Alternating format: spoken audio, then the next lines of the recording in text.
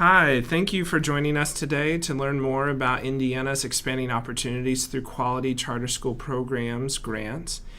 The grant is titled Quality Counts.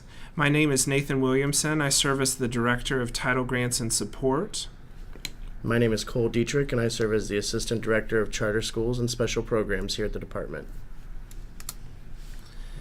An overview of the grant. The CSP grant to state entities is funded under the Every Student Succeeds Act. The grant that Indiana was awarded, which was a competitive application, allows Indiana to support the opening and preparation of new high-quality charter schools, as well as the replication and expansion of high-quality charter schools within our state. The purpose of the grant is to ensure that our students receive a high-quality education no matter the type of school they choose. The focus is upon strengthening the quality of the charter school sector. For context, in the school year 16-17, Indiana had 93 charter schools with an approximate enrollment of 42,000 students, representing about 4% of Indiana's total public school population. In our application for Quality Counts, we have written in several performance measures. Some of our grant objectives include to increase the number of high-quality charter schools statewide via incubation, replication, expansion, or improvement, leverage support specific to building the capacity necessary for the Indiana charter school sector to grow quality programs, evaluate the impact of charter schools on student outcomes, and improve consistency of high-quality charter school authorizing practices statewide.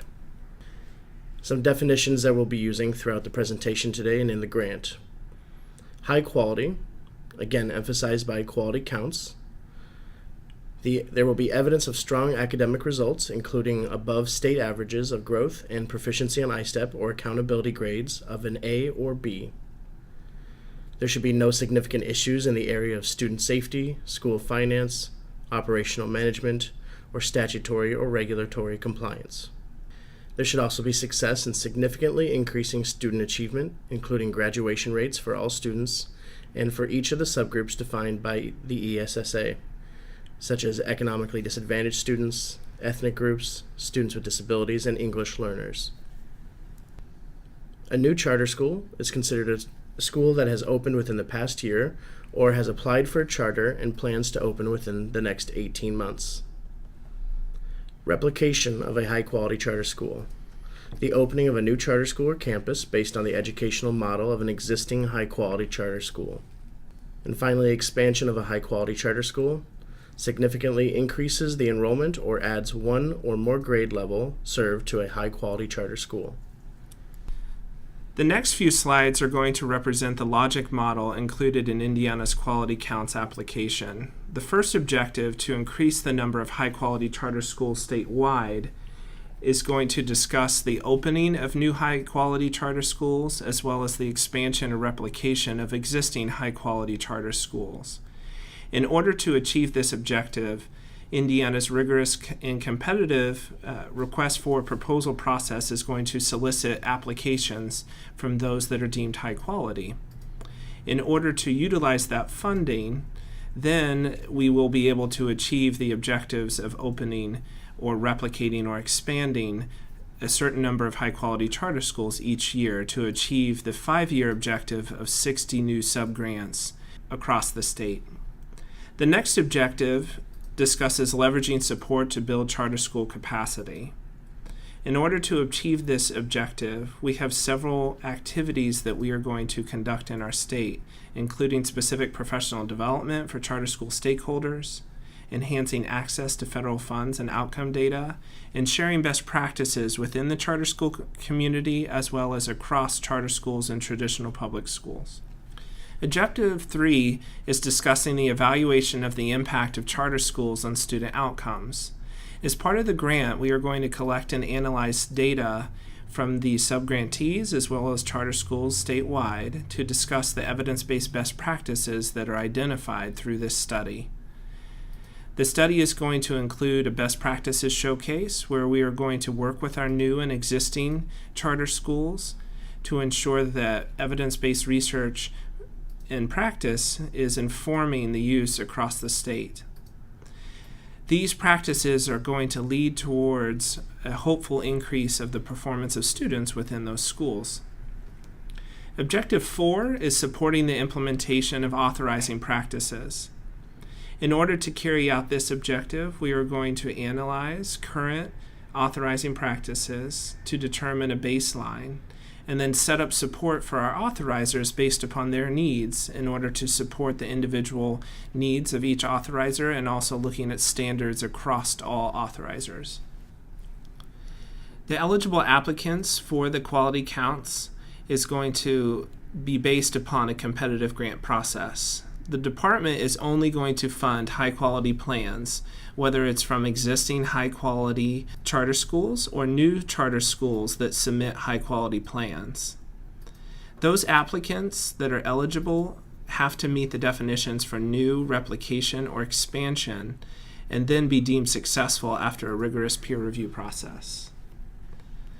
The next portion of the presentation is going to discuss the various stakeholders involved in the process of authorizing, opening, and implementing charter schools. First, we're going to start with a charter school hierarchy. In terms of the hierarchy, we're going to start with the State Board of Education, which has the authority to approve authorizers.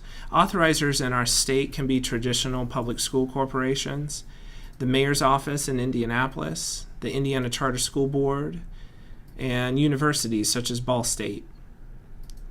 Those authorizers are then going to approve an organizer, which is a nonprofit charter school board that is unique to each charter of appointed members. Once the organizer is in place, which serves as the fiscal agent and oversees the charter school, they may select to utilize an education service provider, which is optional. These ESPs are for-profits or nonprofit management organizations to run the day-to-day operations of the school. However, that step is optional. The organizer may choose to select the leader and the staff directly of the charter school to run the school. You'll notice that in this hierarchy, the Department of Ed is not involved in the process of authorizing and setting up the organizers. However, we have a vital part in serving as support for all of those entities. The grant that Indiana received and the funding is going to be used to support this hierarchy. In terms of understanding the flexibility for the subgrantees to apply for this funding, we first want to look through some definitions. Traditional charter schools, innovation network charter schools, conversion charter schools, innovation network schools that are not charters, transformation zones, and freeway accreditation. Please note that not all of these are eligible, and we'll discuss that further here. This slide discusses who is eligible to participate in the Charter School Program Quality Counts application. The yeses are those that do have a charter in hand or who have applied for a charter. So those you'll see, traditional charter schools, innovation network charter schools, or conversion charter schools of a traditional public school that converted to a charter are going to be eligible for this funding. Those that do not have a charter, such as innovation network schools or transformation zones, may operate with similar flexibility but do not have a charter with an authorizer and therefore are not eligible. Current schools, such as traditional public schools or innovation networks or transformation zones or those under freeway accreditation, may participate in the future with this funding if they follow the process to develop a new charter or convert an existing school to a charter. To define each of those types of schools, we're going to go into first traditional charter schools. A traditional charter school is a public school that is open for any student to apply. It's funded through basic tuition support in the same way as any other traditional public school. It is created through a contract, which is the charter agreement between an authorizer and an organizer. And it is independent of any school corporation and considered its own local education agency for federal purposes. For traditional charter schools, they must have an authorizer. What is an authorizer? State statute defines this process for Indiana. An authorizer is an entity that is able to extend a charter to the organizer to operate the school. The authorizer is ultimately responsible for the academic and financial performance of the school. The authorizer may receive up to a 3% set aside of the state basic tuition support funding to use for administration. Authorizers must be officially registered and approved with the Indiana State Board of Education. Indiana state statute defines who can be an authorizer, such as the governing body, the school board of a school corporation, the executive of a consolidated city, Indianapolis, a state agency such as the Indiana Charter School Board, or the governing body of a nonprofit college or university that offers 4-year or more advanced degrees, such as Ball State. The authorizer is then going to set up an organizer. State statute also defines this process. The organizer is an independent board of a charter school that is going to be a party to the contract with the authorizer. The organizer is going to be the entity that physically operates the day-to-day operations of the school. Organizers, per state law, must be nonprofit, and they are going to be the sole fiscal agent and have exclusive control over the funds received by the charter school. The organizer may then decide to utilize an education service provider. As a reminder, this is an optional step. An organizer does not need to set up an education service provider if it wants to allow the charter school staff, such as the principal, to operate the school directly. An education service provider can be a for-profit management organization, a nonprofit management organization, or a school design provider. An Innovation Network charter school can be considered as part of a traditional public school corporation as its umbrella for accountability purposes. However, it will still operate as a traditional charter school. It must have received a charter from one of the recognized authorizers in Indiana. All laws that apply to charter schools also apply to Innovation Network schools, except where noted.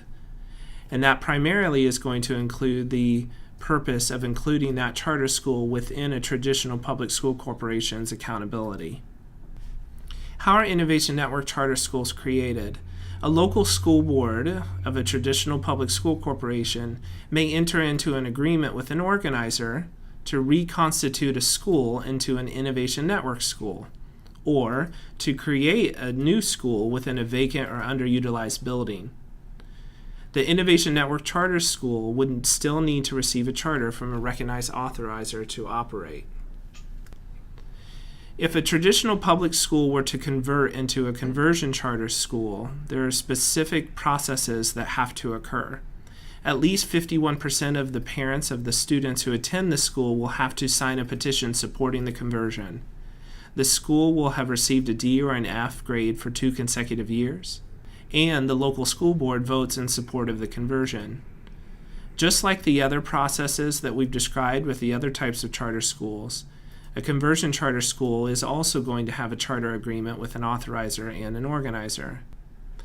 If a school within a traditional public school corporation has received 4 consecutive Fs, the school corporation may not act as the authorizer of the conversion charter school. There are 2 ways in which an Innovation Network school may be created. A group of teachers and the principal and superintendent may submit a plan to the local school board for approval. A local school board may establish an Innovation Network school on their own. Innovation Network schools are distinct from Innovation Network charter schools. One of them is a charter and one is not. The Innovation Network schools, without the charter designation in their name, do not require an agreement with an authorizer or an organizer. They are schools within a traditional public school corporation and are treated as such. However, they are provided autonomy and flexibility within the school corporation.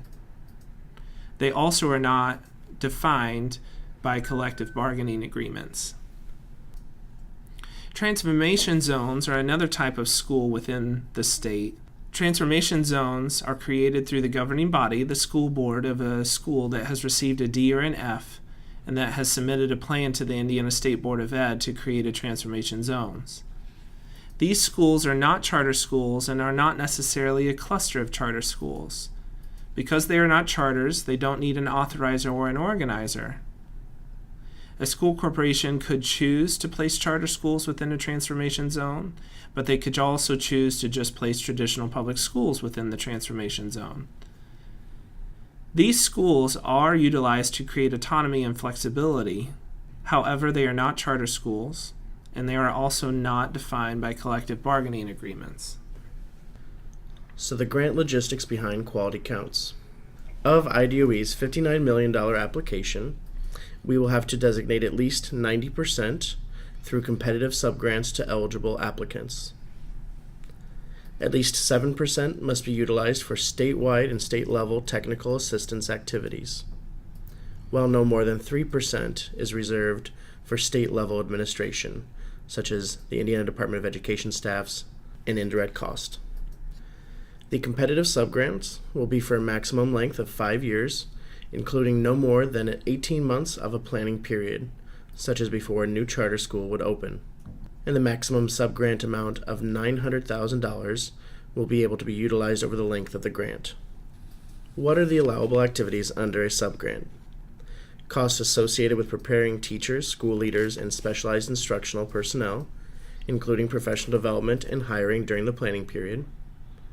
Acquiring supplies, training, equipment, and educational materials.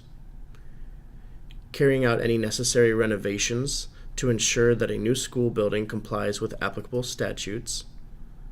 So this is excluding new construction. Providing one-time startup costs associated with providing transportation. Carrying out community engagement activities. And providing for other appropriate, non-sustained costs related to opening, replicating, or expanding a high-quality charter school. What are the restrictions? There will be no construction paid for with CSP funds. They cannot be used to build new buildings. The application that the Indiana Department of Education has written with the U.S. Department of Education is our contract, and we will be held to what has been written into the grant. And funding cannot be redirected for other uses, such as for traditional public schools that are not charter schools, general cost activities, etc. So what are some of the options that you could explore with the new CSP Quality Counts grant? Prospective charter school developers might wish to consider the following: opening or expanding pre-kindergarten, as long as one K through 12 grade is included within the charter school. Developing a magnet charter school option to expand options for parents, such as within an existing charter school network or traditional public school corporation, such as dual language immersion, STEM, etc. And preparation for post-secondary education. Early college charter schools that focus on dual credit, advanced placement, or international baccalaureate programs, and career or tech ed within a charter school. As we mentioned previously, at least 7% of the total funding must be utilized for state-level technical assistance activities. Our plan includes support for authorizers, including training, development of common standards and practices, and an evaluation framework, helping support the building capacity for developers, educators, and community members based on a needs assessment, developing innovative practices to share across various school settings, improve educator skills to serve English learners, students with disabilities, increase qualified teachers in special education, English learning, high ability, STEM, early childhood, and other high-need areas, and the research study to evaluate the impact of charter schools on student achievement, in addition to supporting data and grants management portals here at the Department of Education to help support charter schools. This is our tentative timeline for the Quality Counts grant. Please note that this is dependent on the U.S. Department of Education final approval of the Quality Counts application. In October, peer review applications were due. We hope to release the RFP for eligible applicants by November 15th. November 1st through 30th, IDOE will be hosting several regional meetings, online technical assistance calls, as well as open calls. December 1st through 29th, we will have bidders conferences and sessions for eligible applicants to come in and seek technical assistance from IDOE staff. And tentatively for December 29th, we would like fiscal year 18 applications to be due. Here you'll find the contact information for the charter school team here at the Department of Education. First, we'd like to direct you to our website. You can click that link and be able to access the charter school program grant. We also have Nathan Williamson's information. He's our director, my information, as well as Beatrice Pacheco, who was our CSP specialist here at the department. Please reach out with any questions or comments you may have throughout the process.